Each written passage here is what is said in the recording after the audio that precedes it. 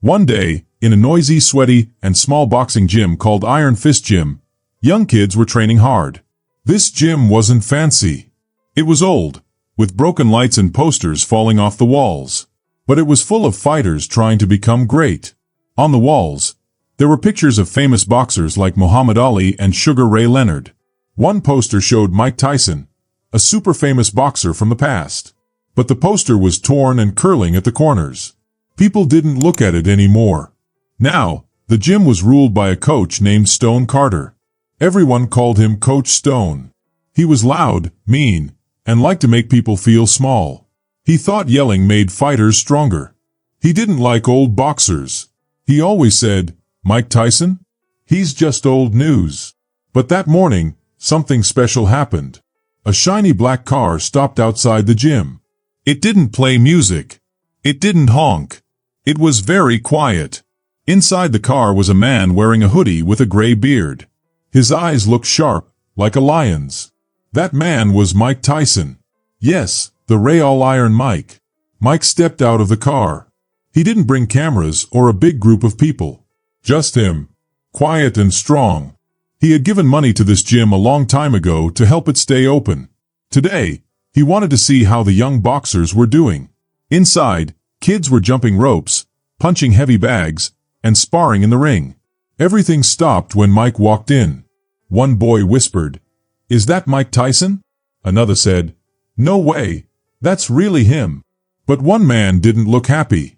It was Coach Stone. He was standing in the ring, yelling at a skinny boy who was punching too slow. When he saw Mike, he laughed and shouted, "Well, look who showed up. Did you come to sign autographs, old man?" Everyone went quiet. Even the ropes stopped swinging. Nobody could believe he said that. Mike didn't get mad. He walked closer and said calmly, "Just watching." Coach Stone laughed again. "We train real fighters here," he said. "Not washed-up boxers with podcasts." Some kids looked confused. One whispered, "Coach, that's Mike Tyson." But Coach Stone didn't care. He said, "Yeah, the guy who got knocked out by old age. You're in the wrong place, dinosaur." Tyson looked at him. Not angry, just disappointed. He said, "You talk like someone who's never been hit in the mouth by respect." Coach Stone grinned and said, "You still talk tough, huh? Bet your punches are soft now." Suddenly, one young fighter spoke up. He was about 20 years old, with tape on his hands. His name was Dante. "Mr. Tyson," Dante said, "could you show me a few moves?" Coach Stone rolled his eyes. "You want to learn from that old guy? Be my guest." Dante looked at Mike. "Just one round, please." Mike looked around the gym. Everyone was watching. He nodded slowly and said, "You got gloves?" "Yes, sir." "Then let's see if there's anything here still worth saving."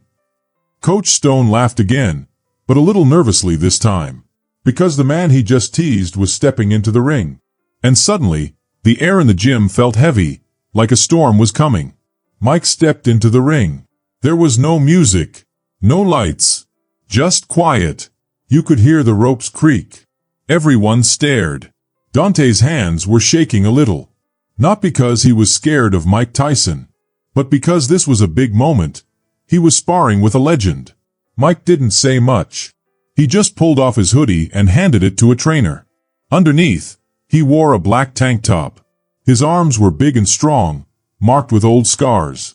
His body wasn't young anymore, but you could tell he was still powerful. Coach Stone shouted from outside the ring, "You sure you want to do this, old man?"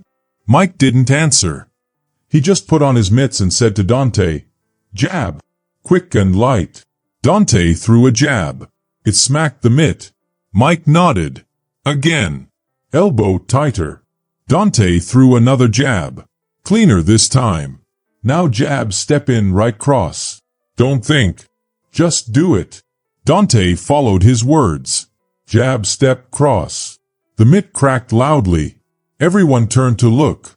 "Again," Mike said. And they did it again. And again. Boom. Pop, crack. Boom. Pop, crack. It started to sound like music.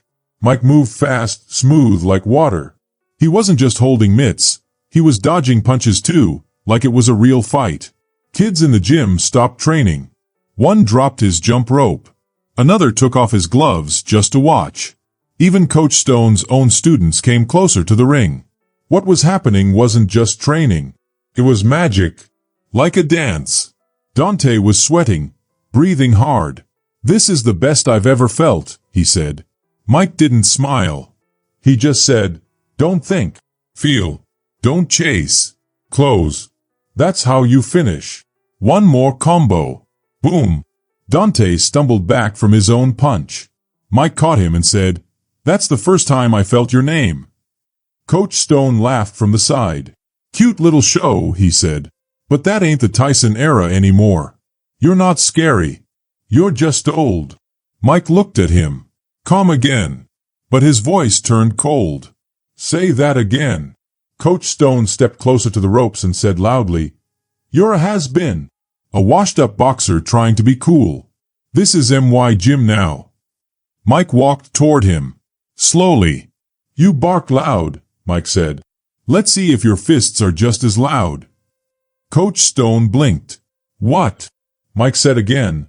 "1 round. You and me. No bell. No cameras. Just your mouth versus my hands." The whole gym gasped.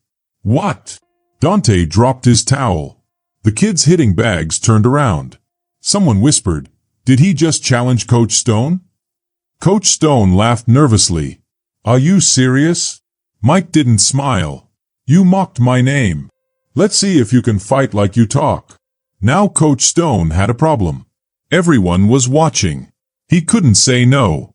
He spit out his gum and said, "You want 1 round, old man? Let's go." He threw off his jacket and climbed into the ring. Someone tossed him gloves. Mike stood still in the middle of the ring. His shadow looked huge. And in that moment, it felt like everyone had gone back in time, to the days when Mike Tyson was the most feared man on earth. There was no referee, no lights, just 2 men. Coach Stone bounced on his feet, trying to look ready, but he was sweating. His eyes kept looking at Mike, who wasn't moving at all. Dante whispered, "He has no idea what's coming." A timer beeped. Round 1. Coach Stone threw a few jabs. Light ones. Trying to see what Mike would do. Mike didn't move. Stone jabbed again. Faster this time. Mike stepped to the left and moved forward. Just a little. Then, POW. A quick hook from Mike landed right on Stone's jaw. Not too hard. Just enough to knock his confidence sideways. "Why oh!" someone shouted. Stone stumbled back. "Lucky shot," he said. Mike stayed quiet. He moved forward again. No bouncing. No dancing. Just steps with purpose. Stone threw a big punch. Too big. Mike ducked, spun to the side, and boom! Hit Stone in the side with a hard body punch. Stone gasped. It sounded like all the air left his chest. He hunched over. Everyone in the gym covered their mouths. Mike stood tall. "I told you," he said softly. "Respect has a price." The round wasn't over yet. But it didn't need to be. Because Stone had already lost. Not just the fight, but the respect of everyone in the gym. After that day, people didn't laugh at the poster on the wall anymore. They looked at it with pride. Because Mike Tyson didn't just show up. He showed them what being a real fighter looked like. Tyson stepped forward and threw a punch with his left hand. It wasn't just any punch, it was an uppercut. It hit Coach Stone right under his chin. Crack. Stone's head flew back. His legs started shaking like wet paper. Everyone in the gym went quiet. "Stop the round," someone shouted. Another person yelled, "That was a real punch." He wasn't playing. But Tyson didn't hit him again. He stepped back and lowered his hands. He gave Coach Stone a choice. "You want more?" Tyson asked. Coach Stone wiped the blood from his mouth. He was breathing hard. Everyone in the gym was watching. Some had their phones out. They were recording everything. Coach Stone's power and confidence were melting away. But his pride was still strong. So he rushed at Tyson, swinging his arms like a wild animal. Tyson dodged the first punch by just a little. Then the second one came, and Tyson moved with it. Boom! Tyson threw a punch from his side with his right hand. Coach Stone dropped to his knees. He wasn't knocked out, but he wasn't okay either. He looked shocked.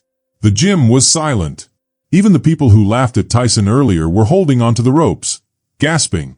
Tyson walked over and knelt beside Stone. He spoke softly, "Next time you want to teach something, start with respect."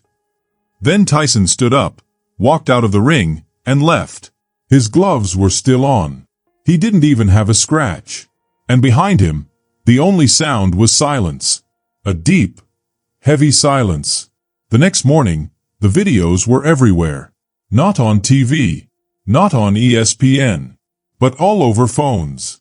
Instagram, TikTok, YouTube Shorts. The titles were funny and mean. Coach mocks Mike Tyson, biggest mistake ever. Tyson drops coach with one punch.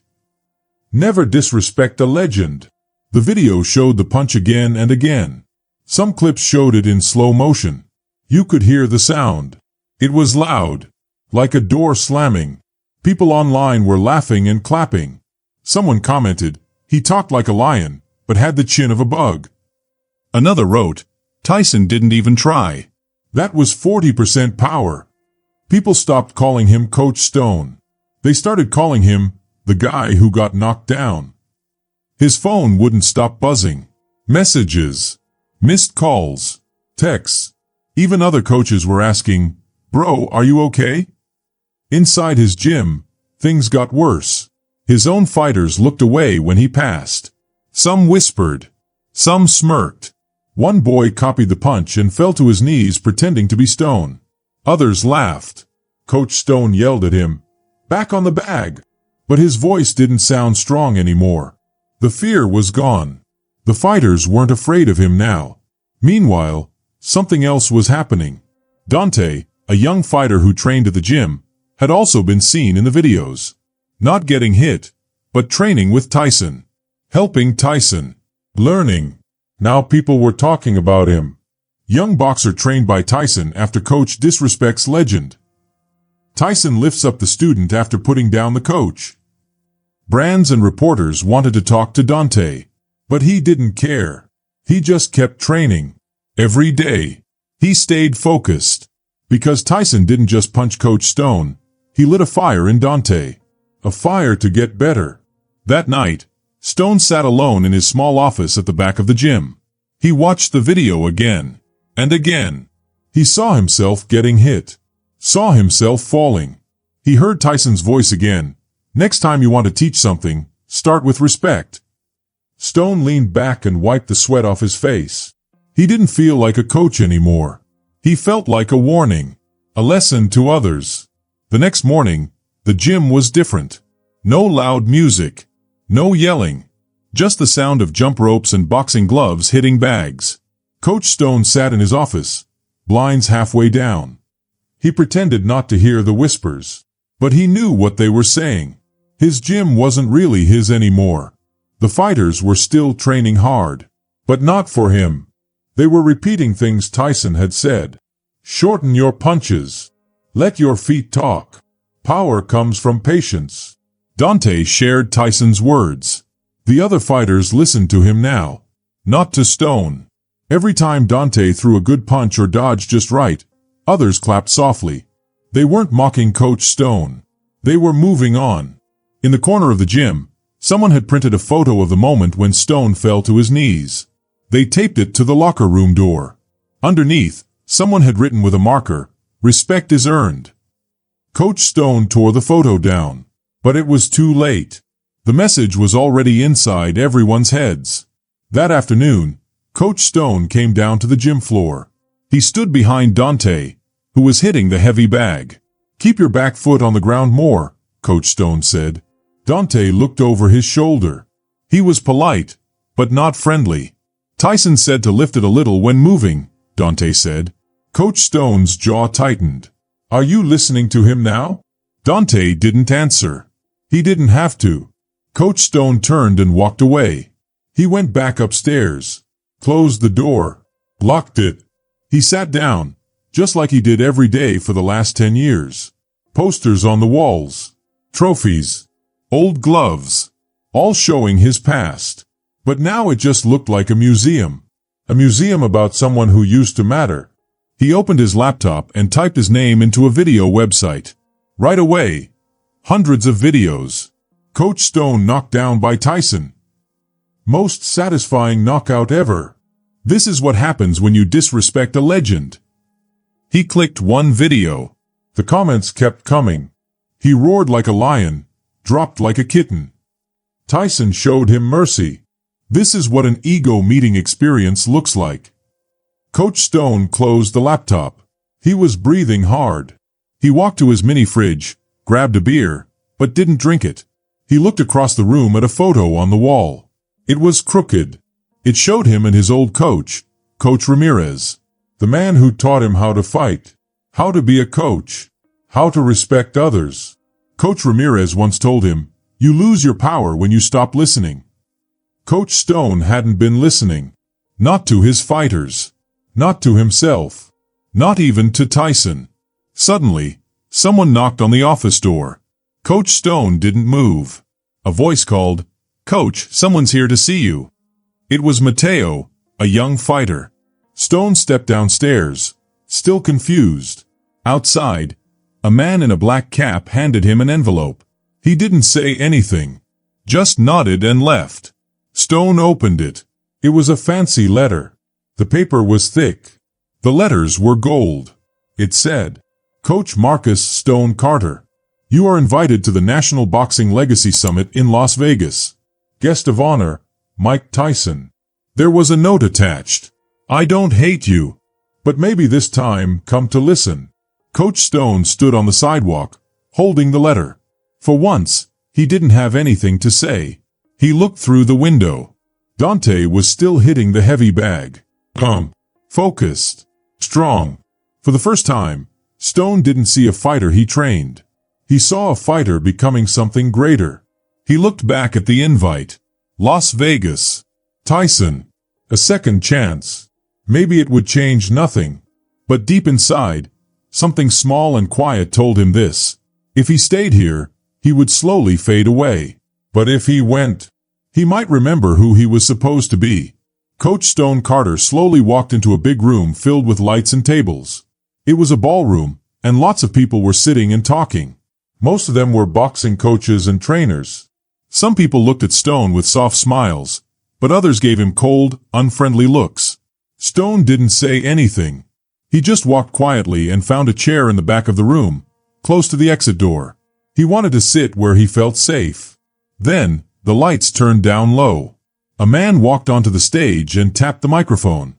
"Ladies and gentlemen," he said, "welcome to the National Boxing Legacy Summit. Please stand up and give a big welcome to our special speaker, Mike Tyson, the former heavyweight boxing champion of the world." Everyone stood up. People clapped loudly. Mike Tyson walked onto the stage. He walked slowly but with strong, sure steps. He looked calm, but you could tell he was still very powerful. He stood at the microphone and looked around the room. Then he began to talk. "People used to call me an animal," Mike said. "Then they called me a god. But for many years I was just lost. Not lost in the boxing ring. Lost in life." He looked at all the men and women in the room. "You think being strong means throwing a hard punch? No," he said. "Try not hitting someone when you're angry. Try listening to a kid instead of yelling. Try letting someone else have the spotlight. That's real strength." Stone sat in his chair and felt something inside him. The words felt like a punch to his heart. Not because they were mean, but because they were true. Mike Tyson wasn't pointing at Stone. He wasn't trying to embarrass him. But Stone knew the speech was for him too. For all the men in the room who let pride and anger lead them. Then Mike Tyson paused for a second. He looked right at Stone. Their eyes met. Stone looked back, and this time, he didn't look away. Mike gave him a small nod. It wasn't a "good job." It wasn't, "I forgive you." It was just a nod. A sign that he saw Stone and knew he was listening. After the speech, everyone stood up and clapped. It was a big standing ovation. But Stone didn't stand. He just sat there, breathing slowly. For the first time in many years, He wasn't trying to be the best. He wasn't trying to prove he was tough. He was just trying to understand. Hourglass not done a quiet talk. After the event ended, Stone waited near the edge of the room. Mike Tyson was talking to a few people. When he was done, Stone walked toward him. "Mike," Stone said softly. Mike turned and looked at him. "I'm not here to fight," Stone said. "I just wanted to tell you. Something you said hit me. I never wanted to admit it before." Mike raised his eyebrows but said nothing. Stone kept talking. "I forgot why I became a coach. I thought if people were scared, they would listen. But when you knocked me down, that wasn't just a punch. That was a mirror. You showed me who I had become." Mike nodded. "Some men stay broken," he said. "Others rebuild. Which one are you?" Stone looked at the young boxers. He saw Dante, a fighter he once yelled at all the time. Now Dante was smiling while giving an interview. Stone looked at himself too, not as a coach now, but as someone learning again. "I don't know yet," Stone said. "But I'm here to start finding out." Person lifting weights, back at the gym. The next day, Coach Stone stood outside Iron Fist Gym. The big red doors looked the same, but the sign he painted 20 years ago was faded. Just like him. He took a deep breath and walked inside. The gym was full of sounds, punches hitting bags, ropes being skipped, and gloves being tied. But as soon as people saw Stone, the noise got a little quieter.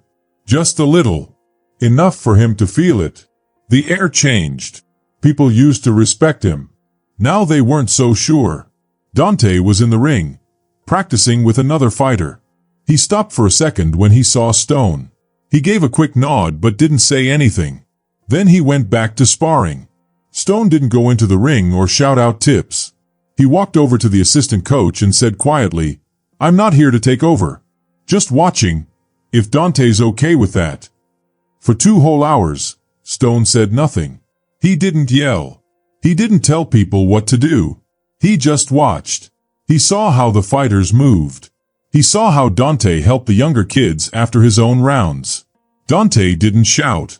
He taught them gently, showing footwork, timing, and balance, just like Mike Tyson had done. Later in the locker room, Stone walked over to Dante, who was putting his gear into a bag. "Good work today," Stone said. Dante nodded. "Thanks." Stone stood there for a second, then said, "I used to think the loudest punch made the best fighter. But Tyson showed me something. Sometimes the strongest move is not swinging at all." Dante looked at him and said, "I used to be scared of you." Stone blinked. Dante shrugged. "Now, I just hope you really mean what you say. Because the kids, they're watching you." Broom a new start. That night, Stone stayed at the gym after everyone left. He cleaned the floors. He wiped down benches. He put away the gloves and towels. He hadn't done these things in years. Not because he couldn't, but because he thought he was too important. Now he knew. Respect doesn't come from being loud. It comes from doing the work, quietly, every day. He sat alone in the gym around midnight. Then he took out an old notebook. It was dusty, but he used to fill it with notes, punch combos, drills, and training ideas. He flipped to a clean page. With a pen, he wrote 3 simple words. Day 1, rebuild. Mobile phone, a message from afar. Far away, Mike Tyson was sitting outside on his patio. The stars were twinkling above him. He was sipping tea when his phone buzzed. It was a video message. He opened it. It was Dante. The video showed Coach Stone in the gym, holding mitts while 2 young kids practiced. Stone wasn't yelling. He wasn't being scary. He was teaching. Kindly. Calmly. Like a real coach. Mike Tyson smiled. Maybe Stone really did hear the message after all. Boxing glove, a big fight day in Georgia. The regional youth boxing event in Savannah, Georgia, wasn't supposed to be a big deal. Just a small tournament where kids could show their skills. But since the day Mike Tyson knocked down Stone, people have talked about Iron Fist Gym all the time. Now that Coach Stone was the head coach again, everyone wanted to see what would happen. A tweet online had gone viral. Mike Tyson didn't humble him. He gave him a halftime speech. Let's see what Coach Stone does now. The Iron Fist team showed up in a rented van. The kids wore black and gray hoodies. Dante led the team, and Stone sat in front, silent. He hadn't yelled at anyone. He didn't give orders. But he printed notes on every fighter. He watched their sparring. He even ironed his shirt. This time, he was ready. He wanted to do it right. The gym was full of people. News reporters, coaches, parents, and lots of whispers. There he is, some said. That's the guy Tyson knocked out. I wonder if he'll lose it again. Stone heard it, but he didn't get angry. He looked at his fighters instead, especially Dante, who was going to fight last. The matches started. The Iron Fist kids fought with heart. They weren't wild. They weren't scared. They were trained. Every time a fighter came to the corner during a break, they looked at Stone, not for orders, but for calm. You've got this, Stone told them. Stay calm. You're the storm, not the noise. He didn't shout. He encouraged me. And because of that, his words meant even more. And for the first time in a long time, Coach Stone wasn't just the man who used to yell. He was the man who was learning to care. By the time Dante stepped into the boxing ring, the gym had won 3 matches and lost 2. The people watching were excited and noisy. Dante's opponent was a fast and showy kid from Florida. He was famous for his spinning punches and videos on YouTube. The bell rang, and the first round started. Both kids threw quick punches. They moved their feet very well. In Dante's corner, Coach Stone watched carefully. He didn't just watch the punches, but also how Dante acted and felt. Between rounds, Dante sat on a chair, breathing hard and feeling upset. Coach Stone came close but didn't shout or get mad. He said quietly, "Don't try to catch the moment. Make him come to your moment. He wants a show, but you give him a lesson." In round 2, Dante fought better. He used quick punches, hits to the body, and a strong punch to the side that made the Florida kid stumble. The crowd got louder and cheered. The Iron Fist team stood up and clapped. When the last bell rang, Dante had won by a lot. The referee raised Dante's hand. But Dante pointed to Coach Stone. Cameras came close. One reporter asked Coach Stone, "Can we talk for a second?" Coach Stone thought for a moment, then nodded. The microphone came near. The reporter said, "You used to be the bad guy a few months ago. What changed?" Coach Stone looked at Dante and the team. He said, "I stopped trying to control everything. I let them grow. I started listening more and talking less." Then he said slowly, "Sometimes, falling down is the best thing for a coach." That sentence made the news. But the most popular photo wasn't of Coach Stone talking. It was a picture of him hugging Dante. No smiles for the camera. Just a coach and his fighter who finally understood each other. 3 weeks after the fight in Savannah, the Iron Fist gym was getting better. They put up a new sign outside. Inside, the energy was fresh. The punching bags were old but still hanging. Kids laughed and played between practice. Dante was teaching beginners now. Coach Stone wasn't just telling people what to do. He was learning again. He watched other coaches, studied videos, and read books. The fighters saw the change. Coach Stone spoke softly when correcting them. He was patient and kind. He didn't act bossy or proud anymore. He was a coach who lifted his team with respect. One Tuesday morning, the gym door opened quietly. No crowd, no cameras. Just a calm person wearing a simple hoodie, jeans, and boots. Dante saw him first. His eyes got big. "Hey, Stone, look." It was Mike Tyson. Everything stopped. Fighters froze. The jump ropes hung still. Tyson looked around the gym slowly. He nodded at the posters, the old pictures, and the punching bags. One bag even had a dent from when Tyson once trained with Dante. The walls, which used to hear Coach Stone's angry words, now felt strong with hard work. Then Tyson's eyes met Coach Stone's. The two men stood quietly. Last time they were this close, Stone was on his knees, bleeding from his mouth. Now he stood tall, still with some bruises but not broken. Stone stepped forward and wiped his hands on his pants. "I didn't expect you." Tyson looked around and said, I didn't need to be expected. There was a pause. Stone pointed to the main ring. You want to fight? Tyson smiled and raised his eyebrows. Not today. He looked at Dante and the kids watching behind the speed bag. You already did what I came to do. Stone blinked. What's that? Tyson stepped closer, speaking calm and steady. You listened. You changed. Stone looked down. For a moment, no one spoke. Then Tyson held out his hand. The same hand that used to be very strong in the ring and helped build Iron Fist without punching twice. Stone took the hand. They shook hands once. It was a quiet moment full of respect. No fighting. Tyson turned to leave. At the door, he stopped. You still have power, Stone. You just needed to know where to use it. Then he walked out. No cheering. No speech. Just gone. The gym was quiet. Dante smiled. One of the youngest fighters whispered, Was that real? Stone turned to the ring and picked up a jump rope. Back to work, he said. 2 months after Tyson's quiet visit, Iron Fist Gym got an email that changed everything. The National Youth Boxing Invitational, a big, famous boxing contest, said yes. Dante and 2 other Iron Fist fighters could join. It was surprising and exciting. Iron Fist wasn't just back on people's minds.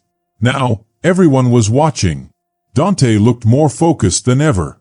He trained hard, led warm-ups, and helped younger kids. Coach Stone trained too, but not his body, his mind. He watched his fighters closely. He learned what scared them, what made them angry, and how they moved. This was not about showing off. It was about making something that lasts. Then, something sad happened. A reporter wrote an article about the invitational. They said the gym didn't deserve to be there because of Coach Stone's past. Stone read the article again and again. The old Stone would have gotten mad and fought back. But the new Stone called a team meeting. The fighters sat on the floor, some nervous, some unsure. Stone held up the article and said, They are right to ask questions. Everyone was quiet. Stone said, I made mistakes. I led with fear. I disrespected someone I should have listened to. I got hurt, and I earned it. But, he added, we're not here to prove them wrong. We're here to prove to ourselves that we belong. You don't carry my shame in the ring. You carry your fire at the invitational. Under bright lights and loud cheers, Iron Fist didn't just come. They showed how good they were. Dante won all 3 of his fights. He was strong and calm. He got the award for the best fighter. The youngest kid made it to the quarterfinals with a big comeback no one expected. The 3rd fighter lost in a close fight but got a standing ovation. After the fights, cameras went to Coach Stone. One reporter asked, After everything, what does this mean to you? Stone looked at his team, then Dante, then the camera. He said, I'm not the story anymore. Back at Iron Fist, a new poster went up on the wall. It was not a trophy or a picture of a fight. It was a picture of Stone holding gloves for Dante. Underneath it said, Respect is louder than pride. Far away, at home, Mike Tyson watched the interview on TV. He smiled, turned off the TV, and whispered, Good work, coach. If you like this story, tell me in the comments. Don't forget to subscribe for more fun adventures and mysteries. Thanks for watching. See you in the next video.